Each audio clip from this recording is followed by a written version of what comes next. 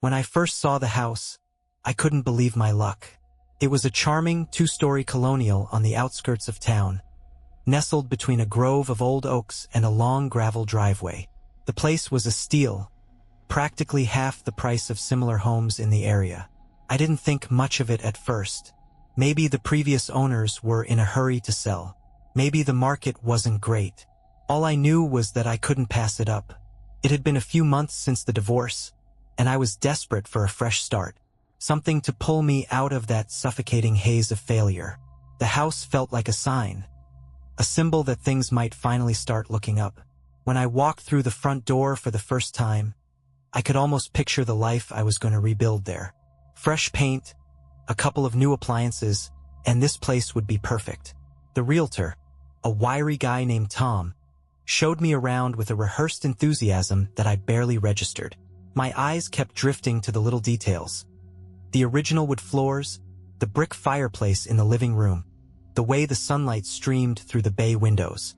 "This place has history," Tom said, gesturing toward a large, framed photograph hanging in the front hall.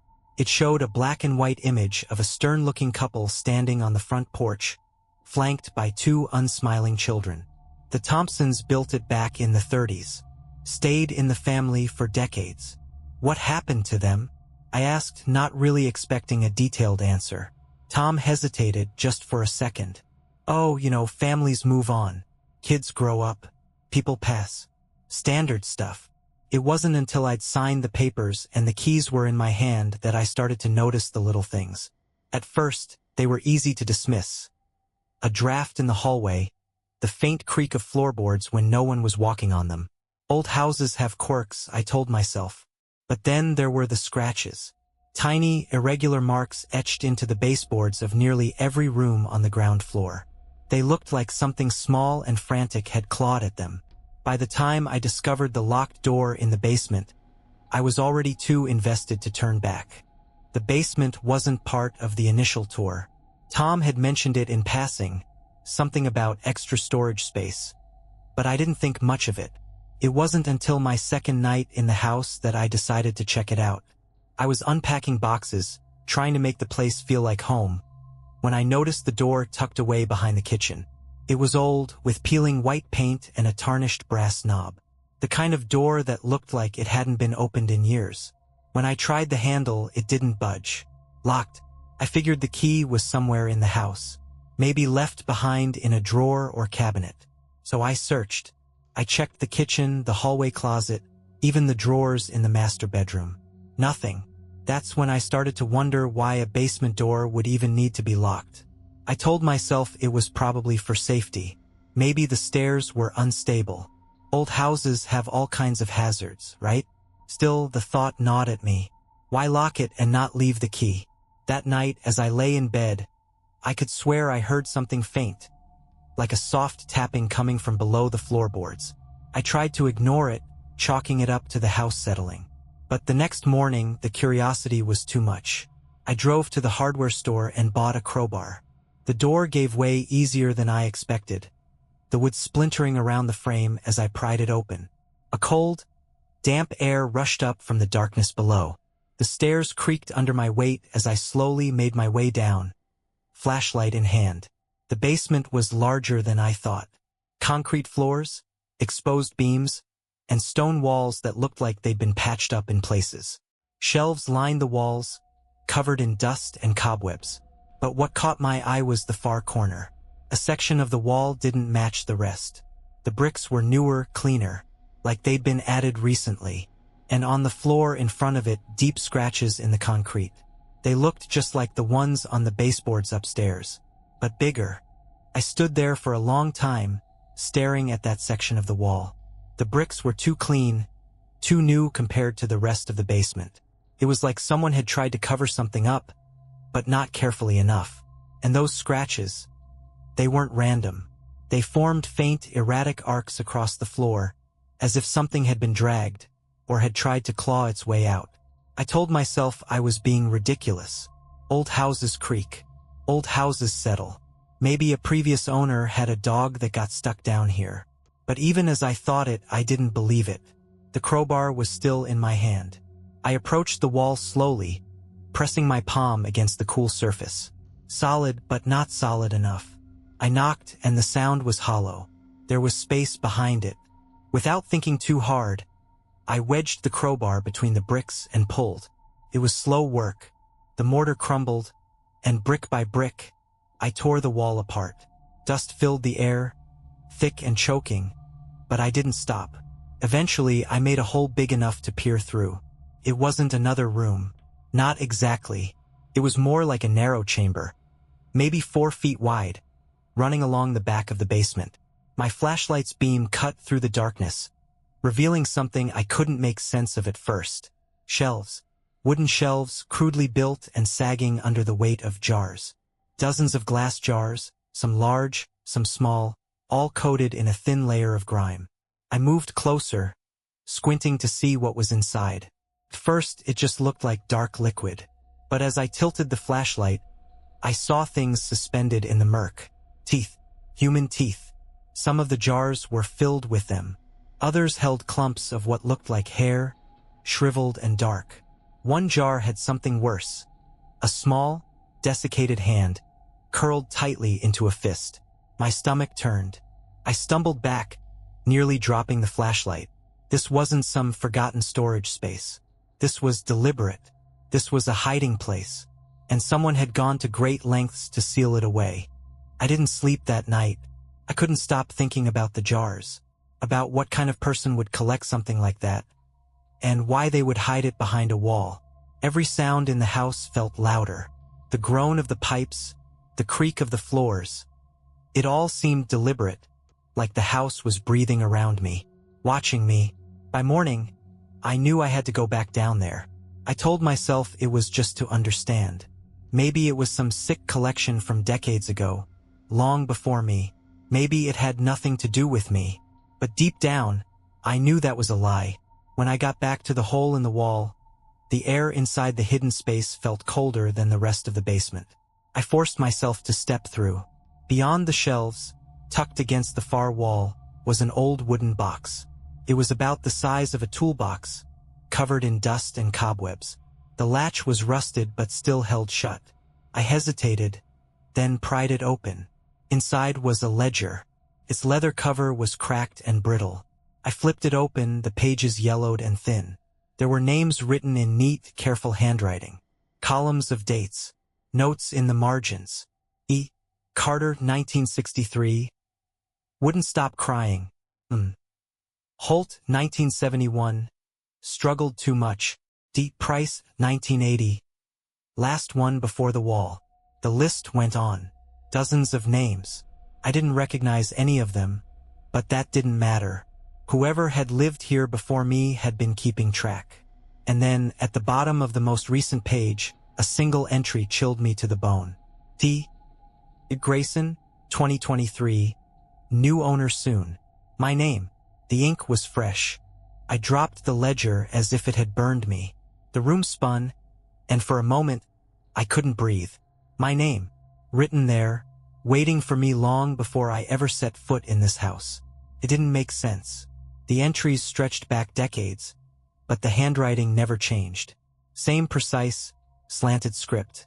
Whoever wrote this, they hadn't stopped, or they hadn't left. I scrambled back through the hole in the wall, my chest tight, heart pounding in my ears. I needed to leave, call someone, anyone, but as I turned to rush up the basement stairs, I froze. Footsteps, slow and deliberate, moving across the floor above me. I hadn't left any lights on upstairs, but a soft glow crept down the basement stairwell.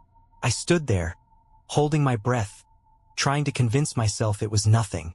Maybe a light I forgot, maybe the old wiring, but the footsteps kept moving, not pacing, searching. The steps creaked across the floorboards, pausing near the basement door, the one I had broken open. Then they stopped. I didn't move. The air in the basement felt heavier, colder. And then, the softest sound. The door creaked open. No footsteps now. No sound at all. Just that suffocating silence. Someone was there.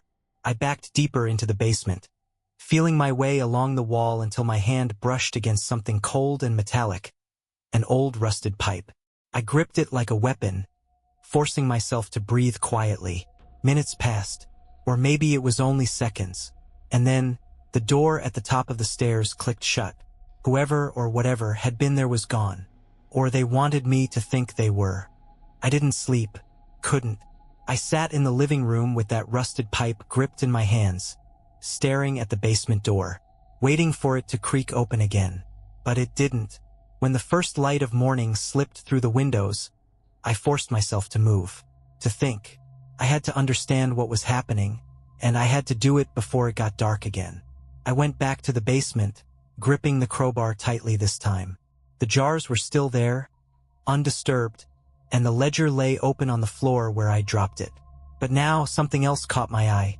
Wedged behind the shelves was another box, smaller than the first. I don't know how I missed it before. It was wrapped in an old, moth-eaten cloth, and when I pulled it free, dust billowed into the air. Inside was a leather-bound journal, its cover cracked and brittle. But this one was different. It was locked with a small, rusted clasp. I didn't have a key, but the lock was fragile. A quick twist of the crowbar snapped it open. The handwriting inside matched the ledger. Same careful script. But these weren't lists of names. They were confessions. The first entry was dated 1952. The walls remember. They hold them in. But they always come back, no matter how deep I bury them. The entries went on, growing more erratic, the handwriting jagged and frantic. They scratch at night. I hear them under the floors. The house feeds on them, but it's never full.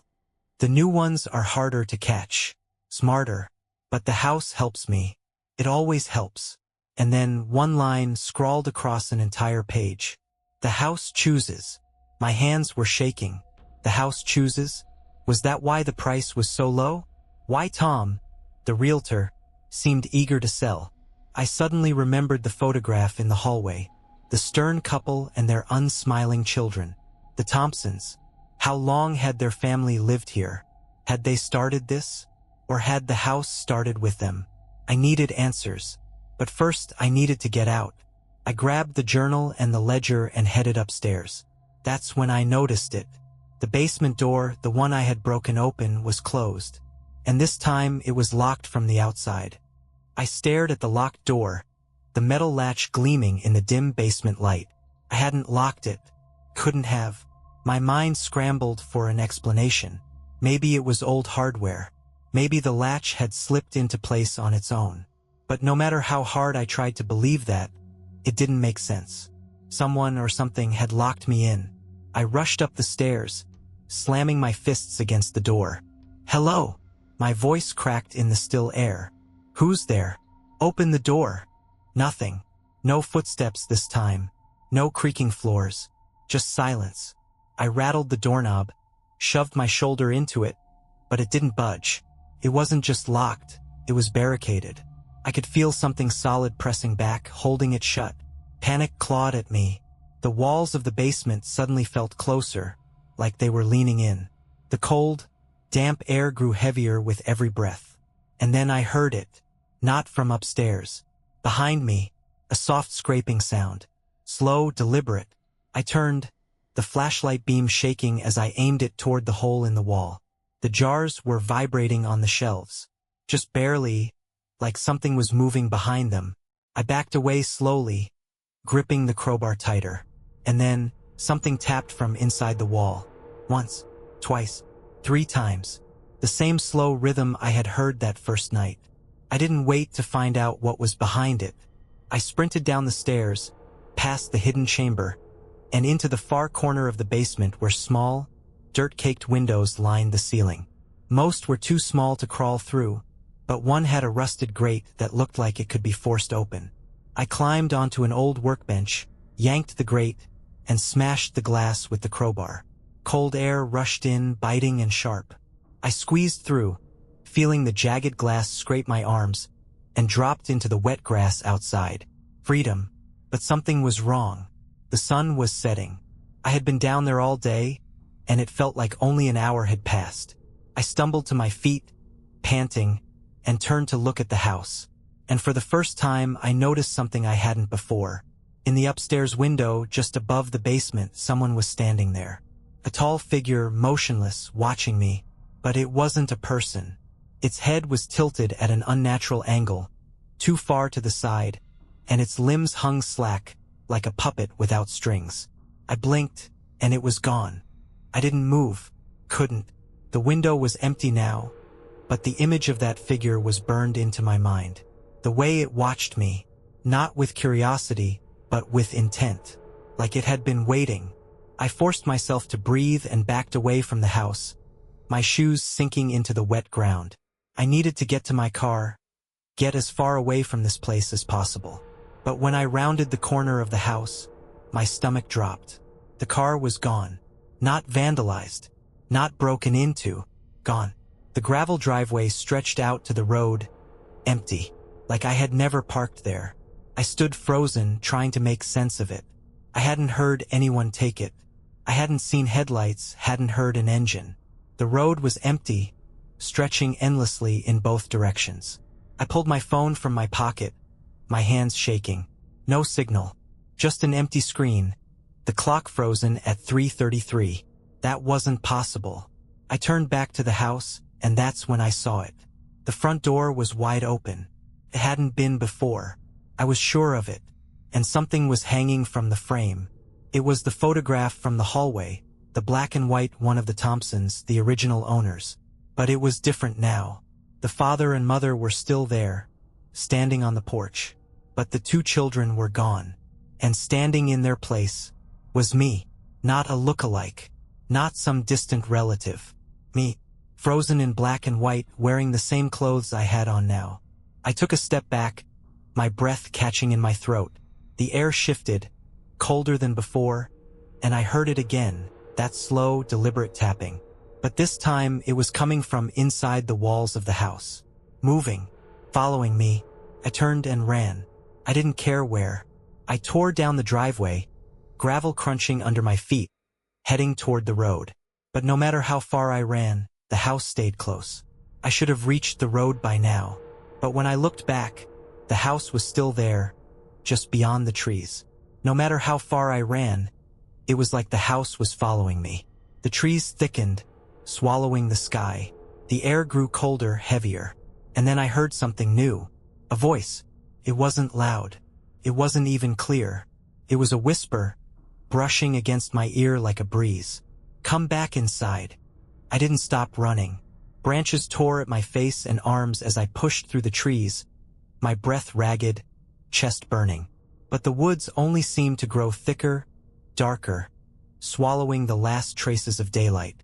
Come back inside. The voice was closer now, a breath against the back of my neck. It wasn't a whisper anymore. It was softer, more coaxing, like someone trying to comfort a child. But there was nothing comforting about it. I tripped over a root and hit the ground hard, the cold earth knocking the wind out of me. For a second, I just lay there, gasping, the taste of dirt on my tongue. When I pushed myself up, the woods were gone. I was standing in the driveway. The house was right in front of me. My mind couldn't process it. I had been running for what felt like miles, and yet here I was, back where I started. But it was worse than that.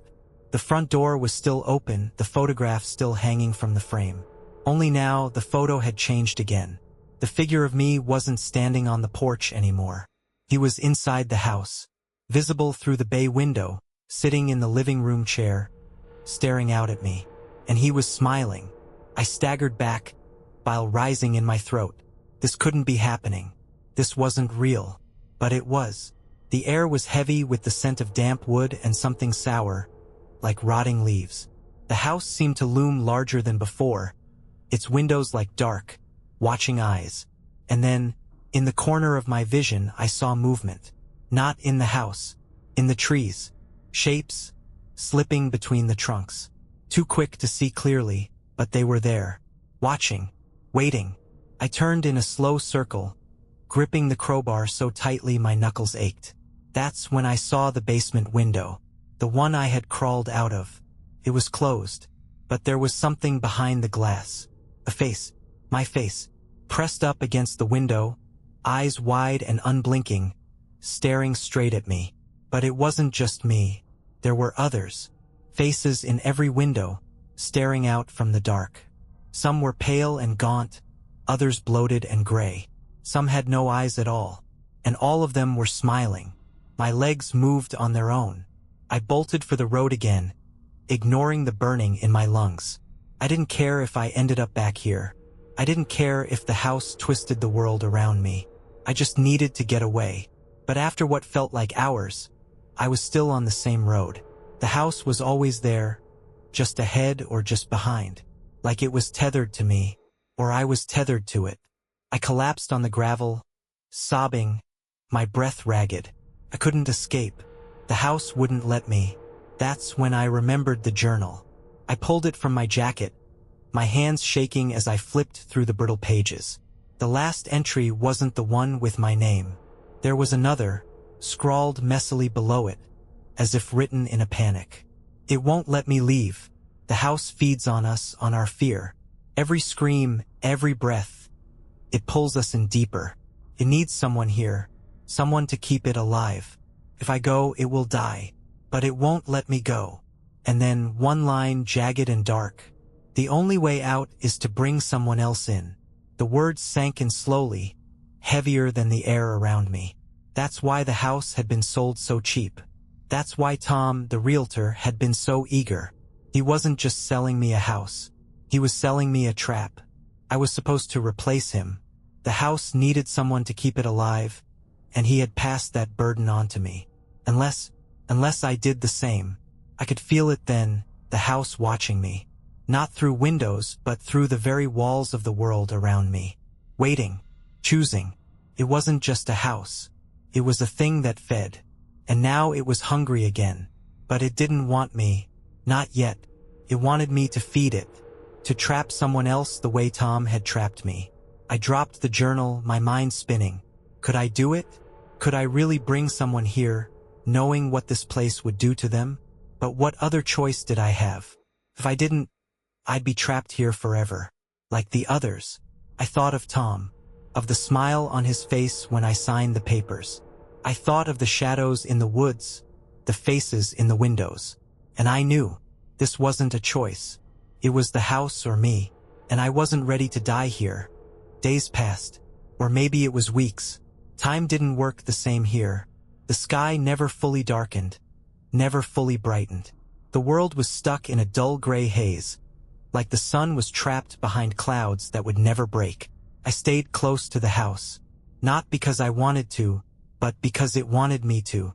Every path I took, every desperate sprint away from it, ended the same. Standing in the gravel driveway, staring up at those dark, watching windows. The house wasn't going to kill me. Not yet. It needed me to make a choice. And I was starting to understand what that choice really meant. I sat on the porch steps, the cold seeping through my skin, staring at the woods that surrounded me. In the quiet, I could hear things moving out there, slow, deliberate steps, like something pacing, waiting. The journal lay open in my lap, the pages fluttering in the breeze. The only way out is to bring someone else in. The words pulsed in my mind, over and over. I didn't want to believe it, but the house wasn't letting me go. And I was beginning to think it never would, unless I gave it what it wanted. I thought about Tom, the realtor, his nervous smile, the way he dodged my questions. He had been trapped just like me, and he found a way out, by selling me the house. It was a cycle, a trap passed down like some twisted inheritance. And now it was my turn. But could I do it? Could I lure someone here knowing they would end up like me? Or worse? I sat there for hours, staring at the empty road, until I realized something that chilled me to my core. It didn't have to be a stranger. Could be anyone. Friends. Family. Someone who trusted me. The house didn't care who it was. Just that someone took my place. I gripped the rusted crowbar in my hands, staring at my reflection in the living room window. The figure inside was still there, still smiling. And then, the front door creaked open behind me. I didn't turn around. I didn't have to. I knew what it was. The house was offering me a way out. But I had to take it. I pulled my phone from my pocket. For the first time in days, there was a signal. A single bar. Enough. I scrolled through my contacts, my thumb hovering over a name. My brother, Mark. He'd always worried about me after the divorce. Always said I should get away, start fresh. What if I called him? Told him about the house. Told him how much space it had. How peaceful it was out here. Would he come? I stared at the screen for a long time. My thumb trembled over the call button. But I didn't press it. Not yet. Because then I thought about something worse. What if this wasn't just about me bringing someone here? What if the house was already choosing? What if it was already moving toward someone I loved? Pulling them in just like it had pulled me. A cold realization spread through me. Maybe I didn't have a choice anymore. Maybe the house had already decided. And maybe the next knock on the door wouldn't be me letting someone in. It would be someone arriving on their own. And the house would smile. Because it knew. It always knew. It was as if the house had been waiting for this moment. In an instant, I heard 3 sharp, deliberate knocks on the front door. I froze. The crowbar slipped from my hand and hit the porch. I wasn't ready. I stood up slowly and turned to the door. Another knock. This time louder. I crept closer, breathing shallowly.